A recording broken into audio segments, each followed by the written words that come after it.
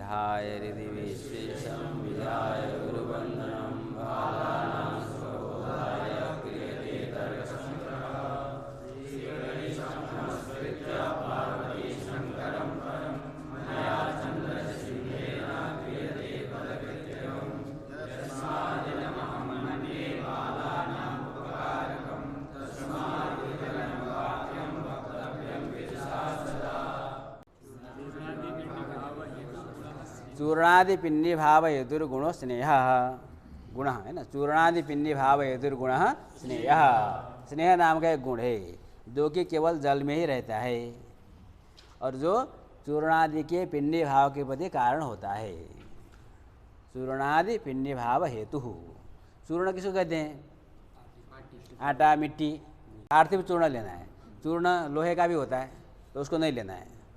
पार्थिव में ना, पार्थिव जो चूर्ण है, आटा मिट्टी यही है, तो ये हो गया चूर्ण। उसका जो पिंडी भाव, लोहा तेजस है महाराज जी, है ना। वो पार्थिव अंश भी है लेकिन वो तेज पदार्थ है। सोना चांदी लोहा सब तेज में आते हैं। तो लोहा चूर्ण को नहीं लेना है, पार्थिव चूर्ण को लेना है। उस चूर्ण को हम पिंडी भाव करते हैं। पिंडी भाव किसको कहते हैं? तो धारण और आकर्षण का संयोग, कारणीभूत संयोग। अभी सीधा समझ लो अर्थ। संयोग विशेष को पिंडी भाव कहते हैं। क्या है? संयोग विशेष। संयोग विशेष कौन सा संयोग? तो एक है, जैसे हम लोग आटा गूंथते हैं तो परात में आटा लगा दिया, लगाया, उसके बाद पंखा चला दो, क्या हो जाएगा? आटा परात में रखो फिर पंखा चला दो, हाँ, कि सूख जाएगा? अभी पानी कहाँ डाला है? समझे? परात में आटा डाल दो और पंखा चला दो, गर्मी हो गई करके, क्या हो जाएगा? उड़ जाएगा। अब देखो, जब हमने परात में आटा लगाया, उसके जो चूर्ण है उसमें परस्पर में संयोग है कि नहीं? जुड़े हुए हैं ना, सब है, संयोग है। लेकिन हमने पंखा चलाया तो क्या हो गया? सब उड़ गए। समझ आया? अब पानी डालो फिर गूंथो, गूंथा, अभी भी उस चूर्ण में संयोग है कि नहीं? अब पंखा चलाओ, उड़ेगा? नहीं उड़ेगा। तो पहले भी चूर्ण में संयोग था, दोनों आपस में चिपके हुए थे। बाद में गूंथने के बाद भी, पानी डालकर गूंथने के बाद भी चूर्ण आपस में चिपके हुए, उनमें संयोग है। किंतु पुराना संयोग और बाद के संयोग में क्या अंतर है? पहले वाले में दोस्ती नहीं है, एक जगह रहते हैं, जब मौका मिलेगा उधर जाएगा उधर जाएगा। समझ आया? अब बाद वाले में है ना, परस्पर में धारण और आकर्षण है। परस्पर में वही है ना, एक दूसरे से चिपके हुए हैं, एक दूसरे को पकड़ कर बैठे हैं, एक दूसरे से आकृष्ट हैं। तो परस्पर में धारण और आकर्षण का हेतुभूत जो संयोग है, उस संयोग को पिंडी भाव कहते हैं। तो बाद वाला जो संयोग है पिंडी भाव है, पहला जो संयोग है वो पिंडी भाव नहीं है। तो बाद में जो पिंडी भाव हुआ, विशेष प्रकार का जो संयोग हुआ, सामान्य संयोग विशेष हो गया, उसके प्रति कारण कौन है? जल में रहने वाला स्नेह। तो स्नेह क्या करता है? बांध देता है। तो जहाँ स्नेह होता है वहाँ बंधन होता है, स्नेह बंधन है ना। और जहाँ स्नेह नहीं होता है वहाँ पर बंधन नहीं होता, धारण और आकर्षण नहीं होता। तो क्या हुआ? तो स्नेह के कारण, जल में स्नेह नाम का गुण है, वो स्नेह के कारण वो चूर्णादि का पिंडी भाव होता है। तो चूर्णादि पिंडी भाव के प्रति कारण जो गुण है उसको हम क्या कहते हैं? स्नेह कहते हैं। बात समझ में आई? तो लक्षण क्या बनेगा?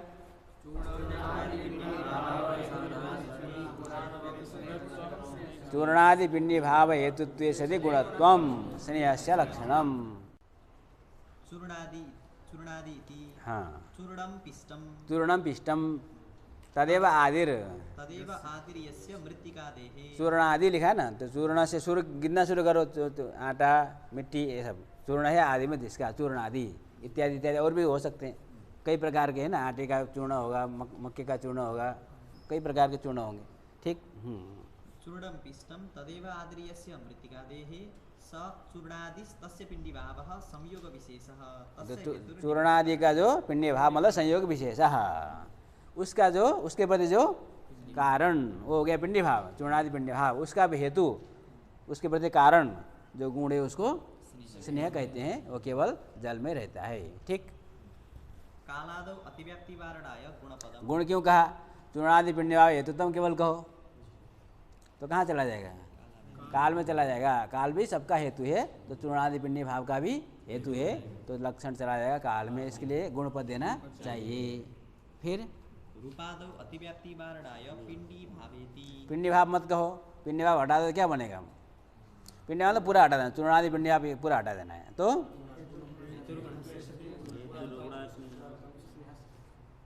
हेतुत्व से हेतुत्व रहेगा ना, पिंडी भाव तक हटाना है। हेतुत्व से गुणत्वम, हेतु है ना, हेतुत्व से गुणत्वम स्नेह से लक्षण इतना ही कहो, तो रूप आदि भी हेतु है ना, रूप किसी न किसी कार्य के प्रति कारण, जैसे कपाल का जो रूप है घट के रूप के प्रति कारण होता है, हेतु अग्नि हुआ और गुण अग्नि, तो हेतुत्व से गुणत्वम कहेंगे तो क्या होगा? रूपादि में लक्षण चला जाएगा, अतिव्याप्ति होगी। अतः चूर्णादि पिंडी भाव हेतुत्व से गुणत्वम कहना चाहिए, तो जो रूपादि है वो चूर्णादि पिंडी भाव के प्रति हेतु नहीं है। ठीक, चूर्ण पदम स्पष्टार्थम। कहा किसी ने कहा चूर्ण पद क्यों दिया? क्या कहो? पिंडी भाव हेतुत्व से गुणत्वम इतना ही कहो, तो इतना कहना पर्याप्त है, क्योंकि पिंडी भाव किसका होता है? चूर्ण का नहीं पिंडी भाव होता है। कहो या मत कहो, केवल पिंडी भाव हेतुत्वम कहेंगे तो, पिंडी भाव हेतुत्व से गुणत्वम कहेंगे तो स्नेह में लक्षण चला जाएगा, तो चूर्णादि पद देने की कोई आवश्यकता नहीं है। तो इसलिए कहते हैं, ग्रंथकार कहते हैं कि वास्तव में आवश्यकता नहीं है, फिर भी क्यों दिया? स्पष्टार्थम, नहीं तो व्याख्या करनी पड़ेगी, पिंडी भाव से लाना पड़ेगा खींच करके, किसका पिंडी भाव? चूर्ण का पिष्टि भाव, तो विद्यार्थी को ज़्यादा दिक्कत ना हो, तो पहले रख दिया कि भाई चूर्णादि शब्द वहाँ उन्होंने रख दिया, तो चूर्णादि पिंडी भाव हेतुत्व सदी गुणत्वम स्नेह से लक्षणम। इसमें एक चीज़ और समझना, ऐसे चूर्णादि शब्द इन्होंने कहा था स्पष्टार्थम, किंतु हमको ये समझना चाहिए, केवल पिंडी भाव कहेंगे, पिंडी भाव हेतुत्व सदी गुणत्वम कहेंगे, चूर्णादि नहीं कहेंगे, तो चूर्ण शब्द से हम लोह चूर्ण को भी ले सकते हैं। लोह चूर्ण के लिए, लोहे का जो चूर्ण है उसके पिंडी भाव के प्रति कौन कारण होता है? होता है लोहे के चूर्ण में पानी डाल करके, वो तेज संयोग से होता है, आग लगा दो तो पिंडी भाव हो जाएगा, नहीं हो जाएगा? तो चूर्णादि पिंडी भाव के प्रति हेतु जो गुण है वो तो अग्नि संयोग है, तो लक्षण किसका है? स्नेह का। लक्षण किसका है? स्नेह का। कहाँ चला जाएगा? तेज के संयोग में चला जाएगा, तेज संयोग में चला, अग्नि संयोग में चला जाएगा, तो अधिव्याप्ति होगी, इसलिए चूर्ण पद दिया है। उसका तात्पर्य क्या है? चूर्ण पद देने से वारण कैसे होगा? वो भी तो चूर्ण है, तो चूर्ण पद का तात्पर्य है पार्थिव चूर्ण, है ना, मिट्टी आटा आदि, तो लोह चूर्ण को न समझे इसलिए उन्होंने चूर्ण पद दिया, और वास्तव में व्यर्थ हो रहा है ना, चूर्ण पद के बिना भी पिंडी भाव तो चूर्ण का ही हो रहा है, तो चूर्ण पद व्यर्थ होता है, तो व्यर्थम सत किंचित ज्ञापयति, कहीं भी कुछ लगे कि व्यर्थ हो रहा है तो उसका कुछ तात्पर्य है, ऐसा समझना चाहिए। तो तात्पर्य क्या है? चूर्ण शब्द से केवल पार्थिव चूर्ण को लेना चाहिए, इसलिए चूर्ण पद का उपादान किया। एक तो एक बात हुई। दूसरी बात अगर समझ लो कि ये पूरा लक्षण बनाने पर भी ईश्वर इच्छा में लक्षण चला जाएगा, अभी तो दिया नहीं है, अभी तो उन्होंने काल में वारण करने के लिए गुणोत्तम कह दिया था, है ना, तो ईश्वर इच्छा में लक्षण है कि नहीं? जाएगा नहीं जाएगा? इसके लिए हमको क्या कहना पड़ेगा? चूर्णादि पिंडी भावा साधारण कारणत्वम कहना पड़ेगा। अब गुणत्वम चाहिए, अब केवल इतना ही कहो, चूर्णादि पिंडी भावा साधारण कारणत्वम स्नेह से लक्षणम, क्योंकि गुणपद क्यों देते थे हम? उन्होंने कहा था काल में अधिवादी वारण करने के लिए, जब हमने असाधारण कारण कह दिया तो काल में लक्षण नहीं जाएगा। समझ आई बात? नहीं जाएगा ना, इसलिए गुणपद देने कोई आवश्यकता, तो कितना लक्षण बनेगा?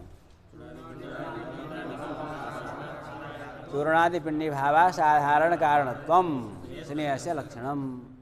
तो ये जब तुम लक्षण बनाओगे, चूर्णादि पिंडी भावा साधारण कारणत्वम, ये लक्षण चूर्ण में चला जाएगा। कहाँ चला जाएगा? चूर्ण भी तो चूर्णादि पिंडी भाव के प्रति कारण होता है, समवाय कारण हो रहा है कि नहीं हो रहा है, तो चूर्ण में लक्षण चला जाएगा, अधिव्याप्ति होगी, इसके लिए हमको निमित्त कारणत्वम कहना चाहिए। तो चूर्णादि पिंडी भावा साधारण निमित्त कारणत्वम स्नेह से लक्षणम। समझ में आई बात? तो जिनको एक्स्ट्रा जो बातें कही समझ में आई तो अच्छी बात है, नहीं भी आए तो ज़्यादा चिंता करने की ज़रूरत, जितना किताब में लिखा है उतना भी समझ में आ जाएगा तो काम चलेगा। अब आया शब्द, तो शब्द जो है श्रोत्र इंद्रिय से ग्राह्य गुण है। शब्द दिखता ही नहीं दिखता है, शब्द वो पढ़ो, किताब में लिखा है, दिखता है ना।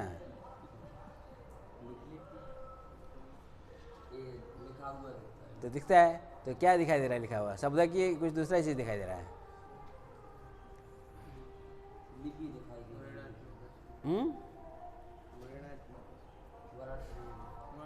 जो किताब में दिखाई दे रहा है वो शब्द है कि नहीं? बड़े बड़े अक्षर में लिखा होता है ना, रास्ते में दुकान के सामने, तो दिखता नहीं है शब्द? दिखता है कि नहीं? दिखता नहीं है, शब्द केवल सुनाई देता है। शब्द वो है जो कान से सुनाई दे, जो आँख से दिखाई दे वो शब्द नहीं है। वो क्या है तब? क्योंकि वही देख करके तो बोलते हैं, वही तो सुनाई देता है। तो क्या वो चित्र है? क्या है? शब्द का चित्र है। क्या है? समझ आए? अब कोई हमारा फोटो यहाँ लगा देंगे तो कल से पाठ चलेगा उसी से? चलेगा? वो हम हैं, लेकिन हम कहते देखो हमारा फोटो है ना, हम ही है बोलते हैं ना। कई बार तो बोलते हैं हम ही है, देखो मैं हूँ, फोटो में दिखा ये मैं हूँ यहाँ पर बीच में, तो मैं तो वहाँ यहाँ हूँ, वहाँ कहाँ हूँ? एक ही आदमी दो जगह रह सकता है। अपने दोस्तों को दिखा, देखो यहाँ पर बीच में मैं हूँ, वहाँ कहाँ है भाई? तुम वहाँ हो, दिखा रहे हो तुम हो कि वहाँ तुम हो? बोलो, फोटो में तुम हो? नहीं है, लेकिन बोलते हो कि नहीं, मैं वहाँ चौथे नंबर में, वो पीछे में हूँ। तो कहाँ तुम हो? तुम तो वहाँ दिखा बोल ही रहे हो। समझ में आई बात? तो वो क्या है? चित्र है। इसलिए व्यवहार होता है, लेकिन वास्तव में वो तुम नहीं हो। उसी प्रकार से शब्द का चित्र है, उसको हम कहते हैं लिपि, जिसको स्क्रिप्ट कहा जाता है अंग्रेजी में। समझ में आया? अब देखो, मान लो राम लिखा है, जैसे मान लो गीता का श्लोक है ना, यदा यदा हि धर्मस्य ग्लानिर्भवति भारत अभ्युत्थानम् अधर्मस्य। अब गीता प्रेस में कन्नड़ वाली किताबें मिलती है गीता की। समझ आया? वो किताब खरीद कर लाओ, अब हम तुमको दे देंगे, पढ़ो, बीच में से एक श्लोक पढ़ोगे। और जो कन्नड़ लिपि को जानने वाला है वो कहेंगे देखो, वो कहेगा यदा यदा हि धर्मस्य ग्लानिर्भवति भारत। वो कहेगा तो हमको भी आता है कि नहीं आता है? फिर कहा तुम पढ़ो, तो पढ़ोगे क्यों? उसने जो बोला सुनाई दिया कि नहीं सुनाई दिया? समझ आया नहीं समझ आया? आया। लेकिन तो यदा यदा हि धर्म से लिखा है ना, तो यदि तुम देख सकते हो जो सुनाई दे रहा है तब उसको पढ़ सकते थे, लेकिन नहीं पढ़ सकते, क्योंकि उसका जो यदा यदा जो हम बोलते हैं उसका चित्र हमको जो बताया गया, दूसरे को, तेलुगु वाले को दूसरा ही चित्र बताया गया कि देखो ये य का चित्र है, क का चित्र है, ख का चित्र है। हमको ऐसा डंडा लगा करके कहो क ख सिखाया, उनको कोई दूसरा ही गोल गोल घुमा करके सिखाया। बात समझ में आया? इसलिए वो चित्र उनको समझ में आता है। ये वाला चित्र देवनागरी जिसको हम कहते हैं, हमारी जो लिपि उसका नाम क्या है? देवनागरी। तो उनकी लिपि को दूसरी लिपि है। समझ में आई बात? तो चित्र अलग अलग है, अलग अलग प्रकार के चित्र हैं, लेकिन बोलेंगे तो सब क्या होगा? अभी सौंदर्य लहरी का पाठ हुआ ना, तो उसमें कई राज्य से लोग आए थे, तो सबके पास किताबें थी, अलग अलग अपनी लिपि वाली किताबें थी, लेकिन सब लोग पढ़ रहे थे, एक ही स्वर में पढ़ रहे थे, अलग अलग पढ़ रहे थे, एक ही पढ़ रहे थे, तो सबको सुनाई दिया समान रूप से। तो जो हमको सुनाई दिया वो शब्द है। अतः श्रोत्र ग्राह्यो गुण शब्द। तो श्रोत्र इंद्रिय से एक ही गुण का प्रत्यक्ष होता है, वो है शब्द। जैसे घ्राणेन्द्रिय से केवल गंध का प्रत्यक्ष होता है, रसनेन्द्रिय से केवल रस का प्रत्यक्ष होता है, चक्षुरेंद्रिय से केवल रूप का प्रत्यक्ष होता है। चक्षुरेंद्रिय कई गुणों का प्रत्यक्ष करने में समर्थ है, केवल रूप का ग्रहण नहीं कर। रूप का प्रत्यक्ष केवल चक्षु से होता है, किंतु चक्षु से रूप का ही प्रत्यक्ष होता है ऐसी बात नहीं है, अन्य गुणों का भी प्रत्यक्ष। त्वक इंद्रिय से भी स्पर्श का अन्य गुणों का प्रत्यक्ष होता है, किंतु घ्राण इंद्रिय से केवल गंध का प्रत्यक्ष होता है, रसन इंद्रिय से केवल रस का प्रत्यक्ष होता है, और श्रोत्र इंद्रिय से केवल शब्द का प्रत्यक्ष होता है। ये दोनों बराबर है। शब्द केवल श्रोत्र से गृहीत होता है, और श्रोत्र केवल शब्द का ही ग्रहण करता है, गुण में जाति का तो ग्रहण करता ही है। तो श्रोत्र ग्राह्यत्वे सिद्धि गुणत्वम शब्दस्य लक्षणम। श्रोत्र ग्राह्यत्वे सिद्धि गुणत्वम शब्दस्य लक्षणम। तो लक्षण पर बाद में चर्चा करेंगे। तो आगे क्या है? श्रोत्र ग्राह्य गुण शब्द। शब्द कहाँ रहता है? इसलिए हमने आकाश का लक्षण बना दिया। क्या बनाया? शब्द गुणकम आकाशम। लक्षण क्या बनाया? क्या बनाया? शब्द गुणकत्वे सति क्या लक्षण बनाया? हाँ, शब्दवत्वम आकाश से लक्षणम, है ना। शब्द गुणकत्वम ऐसा भी कह सकते हैं, पदकृत्यकार ने शब्द गुणकत्वम किया है, उसमें हमने पदकृत्य भी किया, असंभव हो जाता है। लेकिन हमको छोटा लक्षण बनाना है तो हम क्या बनाते हैं? शब्दवत्वम शब्दाश्रयत्वम आकाश से लक्षणम। समझ में आई बात? तो शब्द केवल आकाश में रहता है, अन्यत्र नहीं रहता। तो शब्द आकाश का गुण है। हो गया? हाँ। सद्विविधः ध्वन्यात्मको वर्णात्मकस्य। शब्द दो प्रकार का है, एक ध्वन्यात्मक शब्द, एक वर्णात्मक शब्द। ध्वन्यात्मक और वर्णात्मक, ध्वनि किसको कहते हैं और वर्ण किसको कहते हैं? ध्वन्यात्मक है, हाँ ये है ना, ये क्या है? ध्वनि है। और हम जो बोल रहे हैं वो दोनों तो शब्द है ना, ये भी सुनाई दे रहा है कान से और जो हम बोल रहे हैं वो भी सुनाई दे रहा है, दोनों शब्द हैं। लेकिन हम जब बोल रहे हैं वो सुनाई दे रहा है तो उससे कुछ अर्थबोध हो रहा है ना। तो भाषा रूप जब शब्द है, भाषा, इसको हम वर्ण कहते हैं। ये वर्णात्मक शब्द है जो संस्कृत भाषा आदि रूप है। संस्कृत भाषा, कोई भी भाषा, संस्कृत भाषा एक उदाहरण है। कोई भी भाषा जो कि वर्ण है ना, जहाँ पद समूह होता है जिससे हम व्यवहार कर सकते हैं, वो वर्णात्मक शब्द है। और जो केवल ध्वनि है उससे कोई अर्थबोध नहीं होता, तात्पर्यकृत होता है कभी कभी संकेत को द्वारा, लेकिन उसका इसका ये अर्थ है, इसका ये अर्थ है, ऐसा होता नहीं है। ऐसे जो शब्द होते हैं उसको हम ध्वन्यात्मक शब्द कहते हैं। समझे? पढ़ो। श्रोत्रग्राह्यो गुणः शब्दः आकाशमात्र वृत्तिः सद्विविधः ध्वन्यात्मको वर्णात्मकस्य। हाँ, तत्र ध्वन्यात्मको भेर्यादौ वर्णात्मकः संस्कृत। ध्वन्यात्मक शब्द भेरियादि में, भेरियादि में नहीं है, सब वो आकाश में ही है। भेरियादि का अर्थ है भेरी आदि से उत्पन्न होता है। भेरी है, उसमें दंड से प्रहार करो। भेरी किसको कहते हैं? ड्रम होता है ना, ड्रम, तो उसमें डंडे से मारो तो शब्द उत्पन्न होता है, नहीं होता है? भेरी स्त्री दुंदुभी पुमान, है ना। भेरी और दुंदुभी, दुंदुभी शब्द पुल्लिंग शब्द है और भेरी शब्द स्त्रीलिंग शब्द है। अमरकोश ये भेरी स्त्री दोनों का एक ही अर्थ है। आनकः पटहो ढक्का, भेरी स्त्री दुंदुभी पुमान, अमरकोश। तो भेरी आदि का अर्थ करना चाहिए। भेरी आदि से यानी जो शब्द उत्पन्न होता है, भेरी में दंड प्रहार करने पर जो शब्द उत्पन्न होता है उसको ध्वन्यात्मक शब्द कहते हैं। और जो भाषादि रूप शब्द है, कंठ तालु का अविकास से जो शब्द उत्पन्न होता है वो वर्णात्मक शब्द है। समझ में आया? एक चीज़ और समझ लो, यहाँ लिखा नहीं है। संयोग शब्द की बात कर रहे थे ना।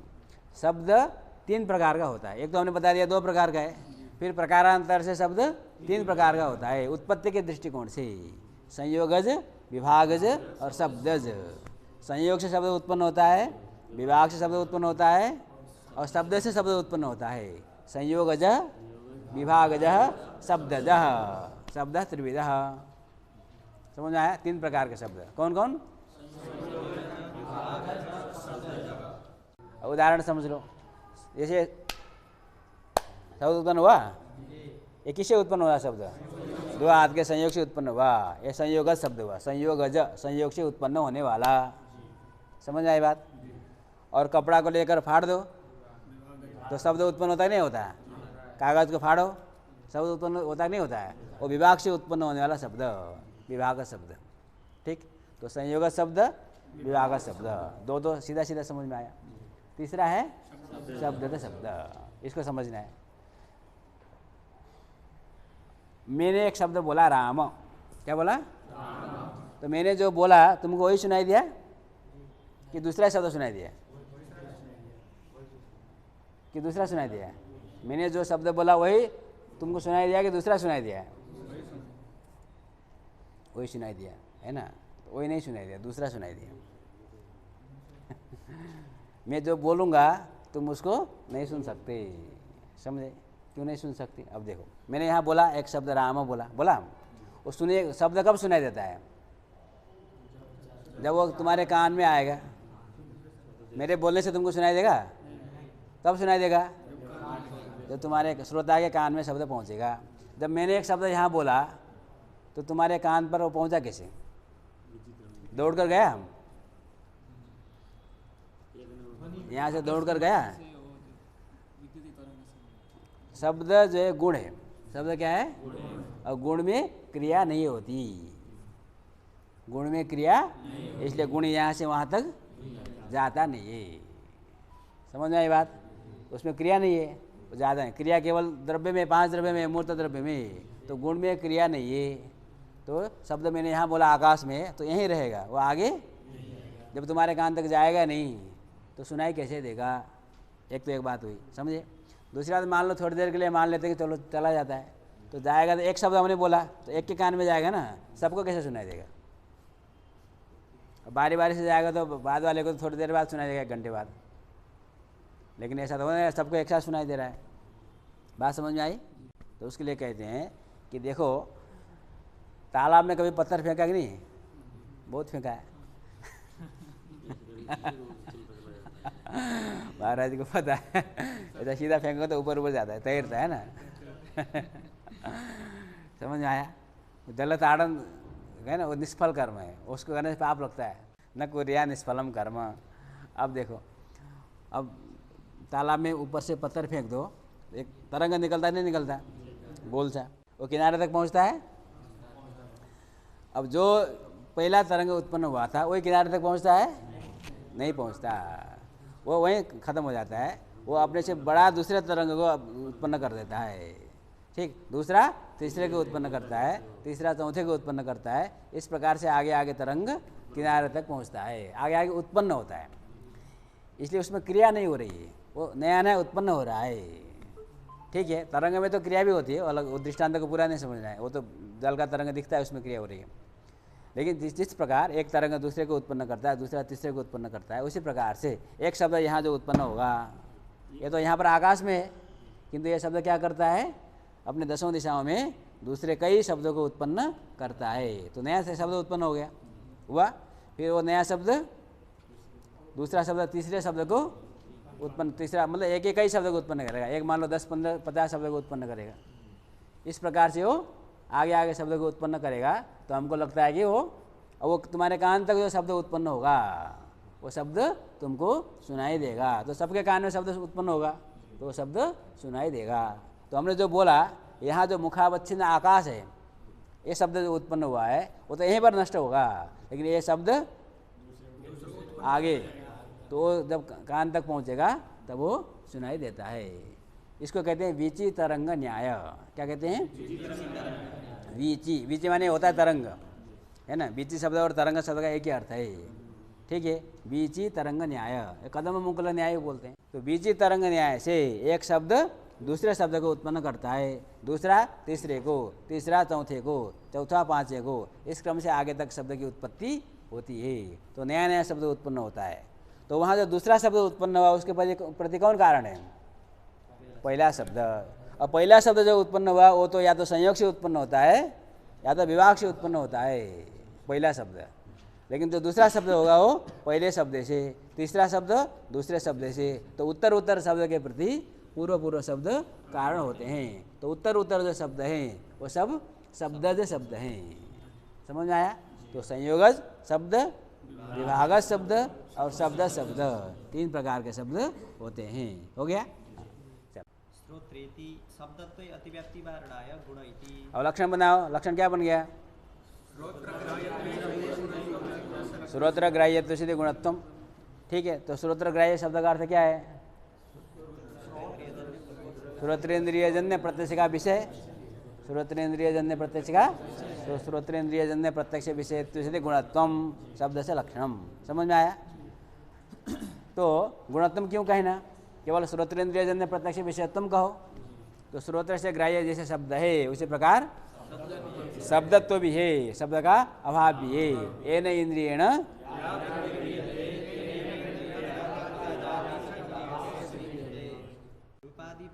तो क्या हुआ कि श्रोत्र से ग्राह्य शब्दत्व भी है, शब्दाभाव भी है, उसमें भी लक्षण चला जाएगा, अधिव्याप्ति होगी। इसके लिए क्या कहना चाहिए? गुणोत्तम कहना चाहिए।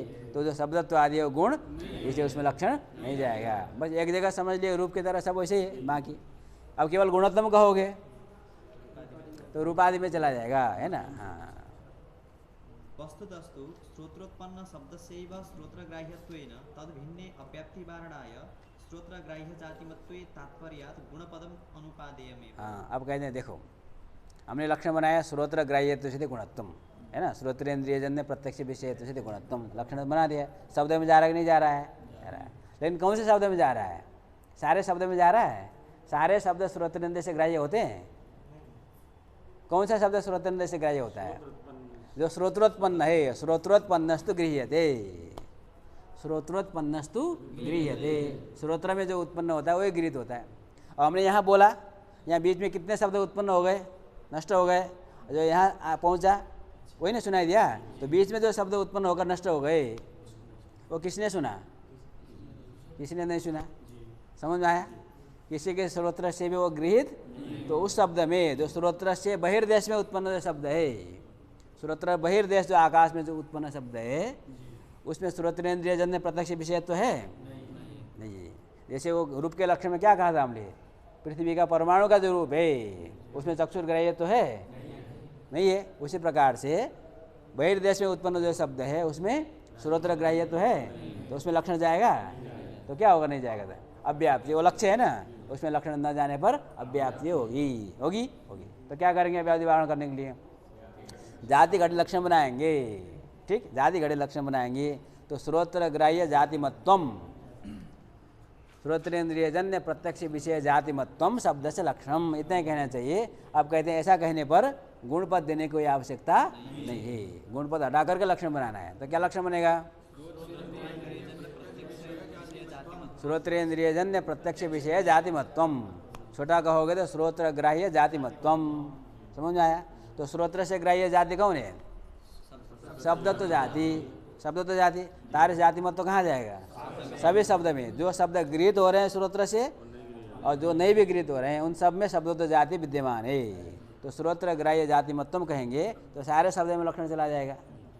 अब एक शब्द तो में लक्षण जाएगा, श्रोत्र ग्राह्य जाति शब्द तो जाति, तारे जाति मत तो शब्द में जाएगा, शब्द तो में जाएगा नहीं जाएगा, तो अतिव्याप्ति होगी नहीं। इसलिए गुणपद देने की आवश्यकता, इसलिए उन्होंने ये लिखा है कि श्रोत्र से अग्राह्य शब्द है उसमें लक्षण न जाने के कारण अव्याप्ति होगी। उस अव्याप्ति का वारण करने के लिए श्रोत्र ग्राह्य जाति मतम लक्षण बनाना पड़ेगा। अब गुणपद देने की आवश्यकता नहीं है। समझे? हाँ। वस्तुतस्तु श्रोत्रोत्पन्न शब्दस्यैव श्रोत्रग्राह्यत्वेन अव्याप्ति वारणाय श्रोत्रग्राह्य जातिमत्वे तात्पर्यात् गुणपदम अनुपादेयमेव। समझ आया? हाँ, ये सारे वो बाल व्युत्पत्ति में जो लक्षण हम पढ़ा रहे हैं उसकी जो बाल व्युत्पत्ति है उसमें पढ़ते रहना। तुम उसमें से भी प्रश्न पूछ सकते हैं यदि समझ में ना आए, है ना। जितना मिले ले लेना है, जितना मिले ले लेना है, छांटना नहीं है। समझ आए? बाद में वो अपने आप छंट जाएगा, जो काम का है काम का नहीं है। समझे? बच्चे अभी छांट लेते, इतना हमको चाहिए इतना नहीं चाहिए, इतना काम का इतना काम का नहीं है ना, इतना पढ़ लेंगे। अभी क्या पता कितनी की आवश्यकता है। समझे? हो गया? आगे क्या है? बुद्धि। तो बुद्धि तो है ना, बुद्धि के लिए थोड़ा इंतजार करना पड़ेगा। बुद्धि मुख्य विषय है, पूरा तर्क संग्रह में सबसे मुख्य विषय है बुद्धि। बुद्धि में सारा प्रपंच है। जो हम प्रमाण पढ़ते हैं चारों, प्रत्यक्ष, अनुमान, उपमान, शब्द, वो सब बुद्धि के पेट में है, बुद्धि के पेट में। समझ में आया? तो फिर इसको हम पढ़ेंगे कल। ओम पूर्णमदः पूर्णमिदं पूर्णात् पूर्णमुदच्यते पूर्णस्य पूर्णमादाय पूर्णमेवावशिष्यते।